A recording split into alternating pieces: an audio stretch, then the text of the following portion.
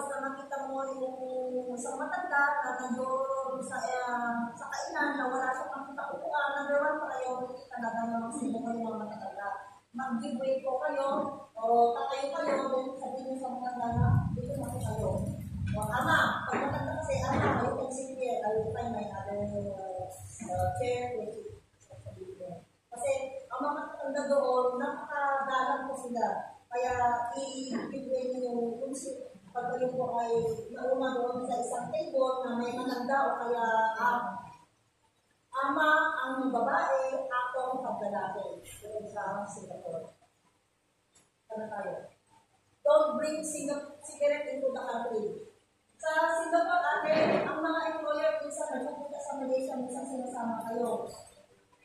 Pag nakabili kayo ng cigarette papunta ng Singapore, ang minimum lang 2 packet, ano ba? 2 ring. Yun lang ang pwedeng dalhin sa Singapore. No, allowed po yung mga 3 ring, 4 ring, 1 box, bawat packet. May standard minimum na sigarilyo ang mabibili mo pag nasa Malaysia na nabibili mo Singapore. Bawat kasi may mabibili kasi isipin mo, meron din yung cigarette sa Singapore na kailangan mong pipin, kailangan per pack lang. Hindi sila nabibili ng, pwede rin sila mabibili ng isang pack, depends sa nationality po. Lalo lang sa atin, Pilipina, depende kung tayo mabibigyan. Kaya lang siyempre, alam naman, isang mundo bibili ko agad, kaya mo naman. Gagawin mo lang yun sa isang mundo, tapos mag-operate ulit. Sa atin, huwag iwasan yung magsigarilyo ng todo kasi once po kada 6 months po kasi ang ating medical board. Kumbaga, for example, 10 years na kayo nag-work employer, tapos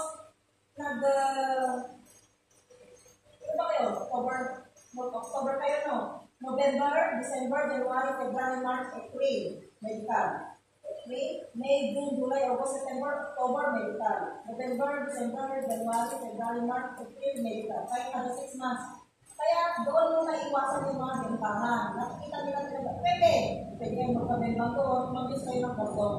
Napaka-legal din ang bembang doon, kaya be wise kasi tayo ay domestic helper. Tayo ay nag-work doon, kaya iwasan yung pabuntis. Kung gusto nyo mag-bembang, okay lang, mag-use kayo ng proper supporting. Kasi tao pa lang, kailangan mo din mo sumaya, di ba? Kailangan naman yun ang mga. Kaya rin po sinabi, sabi ni Nisip, ako nagpapagsabihin pa ko. Hindi, kailangan mo rin. Pag nagbemba ka kayo nindo, pagkabagtawad mo naman, siyempre, other month ka, magpabemba. Dami-dami pa sila nagbemba. Di ba?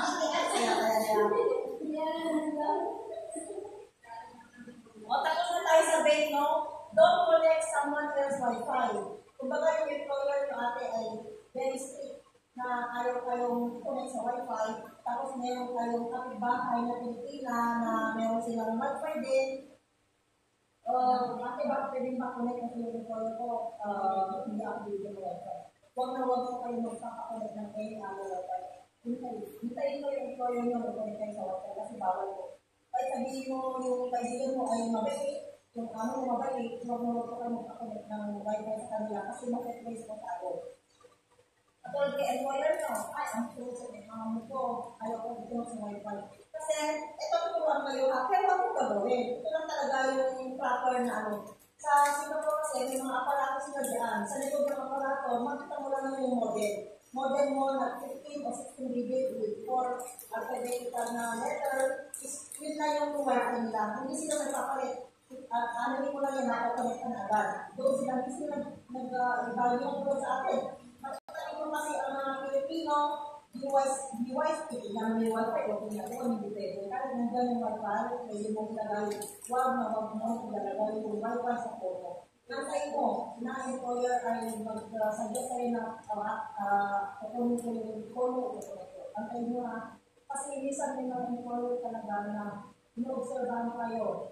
Okay, magsipaksikan muna, magtaga-taga muna. Pamamaya, yung is at taga mo, makapalitan ng maraming blessing. Kaya huwag po kayo apurado ate. Sa mga first 3 months, kasi may deduction po kami sa Singapore, pag-is muna kayo dyan, yung kung pinapagalitan kayo ng employer, o mga haras sa employer sa mga ministries, magtaga-taga muna. Baka after 3 months, makakabalik na sa employer. Huwag kayo iiyak-iyak ng 3 months. Dapat may pakitang bigas kayo. Kung ano yung tinuturo namin pagkatrabaho dito, huwag naman yung sobrang ang bawal-bawal. Yung medyo pag maglilinis, pagyan yung ano energy, ganun-ganun yung pagmama. Hindi magmama ka. Ganun. Magbabalis ka parang natin na hindi kumain ng isang extra rice. Dapat magbalis ka, ganun mo. Walis, dako, walis, dako. Wala pa kasi yung mga order na walis ka lang natin. Kaya mo natin kung ano yung proper way na pagwalis. Hindi yung katulad ng mga ginagawa nito. Walis ka po, pinawalis. Pag-walis kayo, hanggang dulo, pag-walis, walis na. Hindi mo nawalis ang dulo, pag-walis na yung ulit ang extra walis. Ano ba yun? Di ba? Naisip nyo yun, na-imagine nyo, yung rented extra walis. Pag tingin mo, may isang space doon, isang mumugdan ng buhok ng mawalisan. Ang employer ate, once na nalinis nyo ito, nawalisan nyo, pag may nakita isang mugdan ng buhok, papalis ako dyan. Yung mga observahan kayo. Pero kung kayong mag-save namin, amo ko na, hindi.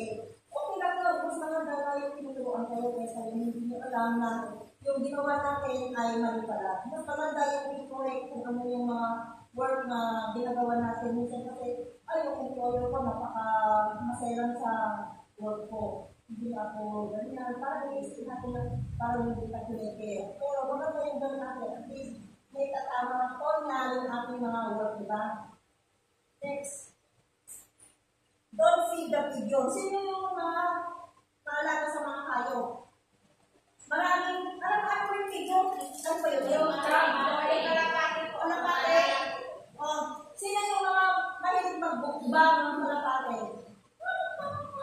Sa Singapore ate, maraming pigeon. Sa mga sa mura, sa baba, ang daming pigeon. Don't feed the pigeon. Kung ba tayo extra rice ko tayo, i-feed sa pigeon pang na po ate. Huwag yung pakakain yung mga pigeon. Kasi alam niyo kung bakit pinagbawal yung pag-feed ng pigeon. Ang pigeon kasi, buwan na pinakain nila, mamaya andyan, hanggang mag-visit ka nilang laging andyan. Kasi minsan, ayaw nila talaga yung mga ipot, yung mga pigeon na nandyan sa mga bricks dyan. Kasi sa isang condo, sa isang SBB, may mga auntie, ang tawag nila sa mga naglilinis. May auntie, may mga uncle na naglilinis sa mga down ng ating mga SBB. Kaya huwag po kayong magbibigay o kakainin ng pigeon. Kasi kawawa naman sila na naglilinis everyday. Wala kasi kayo makita mga ipot-ipot at saka mga pati ng mga kung ano-ano animals doon. Saka pag nakikita kayo ng pigeon, huwag niyo huliin ate, bawal. Huli ko yung pigeon, ang ganda-ganda, iuwi ko sa banning qualities, bawal. Mamaya-maya, andyan na yung place ko kayo. Saka huwag yung sakalin, yung mga, ay, ang ganda ng pusa. Kunin ko, kasi ang ganda, ganyan-ganyan yung ilalat ko. So, wag mo kayo, mag-uwi ang pusa, kahit nakita niyo napakaganda, kasi maraming pusa doon na ang pusa sa kanila. Imported na mga pusa. Wala kayong makita mga kasakang na aso doon. Ang mga aso doon, puro mga breed. Kaya lang, huwag kayo matakot ang mga aso doon, ang lalaki. Lahat mo yun na injection. Kaya once na pinalat kayo, okay lang yun, may injection na yun. Pero huwag kayo lumapit. Kasi baka mamaya, yun pala yung last life mo, pinanagtat, dok. Don't engage in political activity. Sino dito yung against the law ng Philippines? Ayaw niyo yung mga nagrarally? Ganon.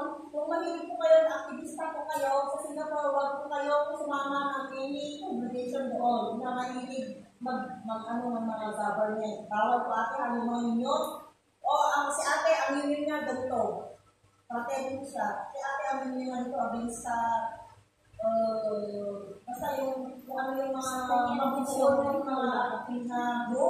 Bawal na bawal po dito natin magkakagulang kayo yung mga group ng hula. Kasi once na makot po kayo ng mga police, yung malaki yung fine.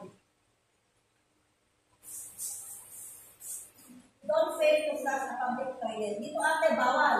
Kahit nasa public toilet po kayo, alam na alam po nila pag once na nagtupo o nag-serve po kayo na hindi nyo flush, bawal po. Kaya once na nagtupo o nag-serve, flush nyo yung toilet. Bakit? Bakit ka na po hindi kayo ang nagkakaroon? Meron hidden sa nila dyan na hindi nila nakikita. Kaya huwag mong sabihin na, ay, gawin ko, bala, purain ko yung toilet kasi ang linis-linis. May mga gawin na isip ba? Yung kukunin ko lahat ng issue doon sa toilet kasi free. Kasi ang Singapore talaga, Kung makita kayo ng mga kandidor, ang bilis-bilis, hindi ka tulad doon na hindi mo na alam kung toilet ba yung toilet na yun. Sa Singapore kasi, may mga soap, may mga kita ka na yung yung toilet, mga tissue. Kung yung kunin lahat yung tissue, huwag mo kunin lang yung soap at saka yung mga, ang tawag ito, hand wash. Bawal po atin ha. Sana tayo. Ito yung maganda. Walk around in naked in the house.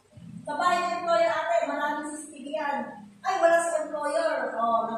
Nagligo ka, nagtawid ka, sige, nagluto ka na nakatawid, o kaya, basta walk around the house. Huwag mo itong gagawin kasi mamaya baka ma-trade yung CCTV na gano'n yung ginagawa mo sa loob ng bahay ng employer. Bawal po, may file. Tsaka, lahat po ng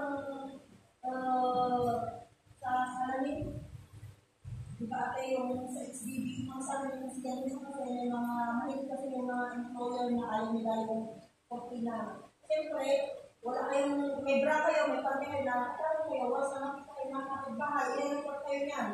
I-report kayo sa police. Kaya huwag yung gagawin yung, ay, yung hindi ko, makilang baby ko, yung sabi kayo. Kasi, inaano yung isang lalaki doon, o going. Huwag po ate ha, bawal na bawal kung ipakita yung bakala ka. Napakalaking fine ate ha, huwag mo gagawin. Ano to? Roller skate or skateboard, bawal po. Kung mahilig po kayo sa skateboard o roller blade na nagpapagaling kayo para makita magaling kayo sa skateboard, kung saan kayo nag-skateboard, bawal ate ha. Pwede kayo mag-skateboard kung doon sa designated area ng hindi sa bawal. Kasi ito, once po na-disgrasa kayo, malaki yung problema. Once na nakababa kayo na mag-journey, magkakaroon kayo ng problem. Kaya huwag yung gagawin. Huwag kayo mag-roller skate sa mga public road. Bawal na bawal. No pets inside the MRT. Huwag po kayo magdadala ng any pets sa loob ng MRT, sa loob ng taxi, sa loob ng bus. Kung yung aso mo ay ayaw mong maiwan kasi lagnanab mo yung aso mo, huwag mong dalhin sa loob ng MRT kung magtatravel kayo. Huwag mong dalhin sa loob ng taxi kung saan kayo pumunta. Or anything, bawal pa ito, huwag mong dalhin ng any pets. Baka mamaya yung pusa mo ilagay mo sa loob ng sabi ng employer, huwag mong iwanan yung pusa mo mataba. Kailangan mong laging bantayan. Ikaw naman, asas na lumabas kasi wala si employer, ay gusto mong bumili ng pagkain ko. Yung pusa, nilagay mo doon. Bawal mo ate, pag nakawala yung pusa, nawala, kasalanan ka. Huwag na huwag kayo magdadala ng any pusa. Kung saan kayo mamili sa groceries, bawal mo ate ha. Sino yung mahilig sa mga flowers, orchids, or anything? Maraming mga flowers sa Singapore, iba-iba.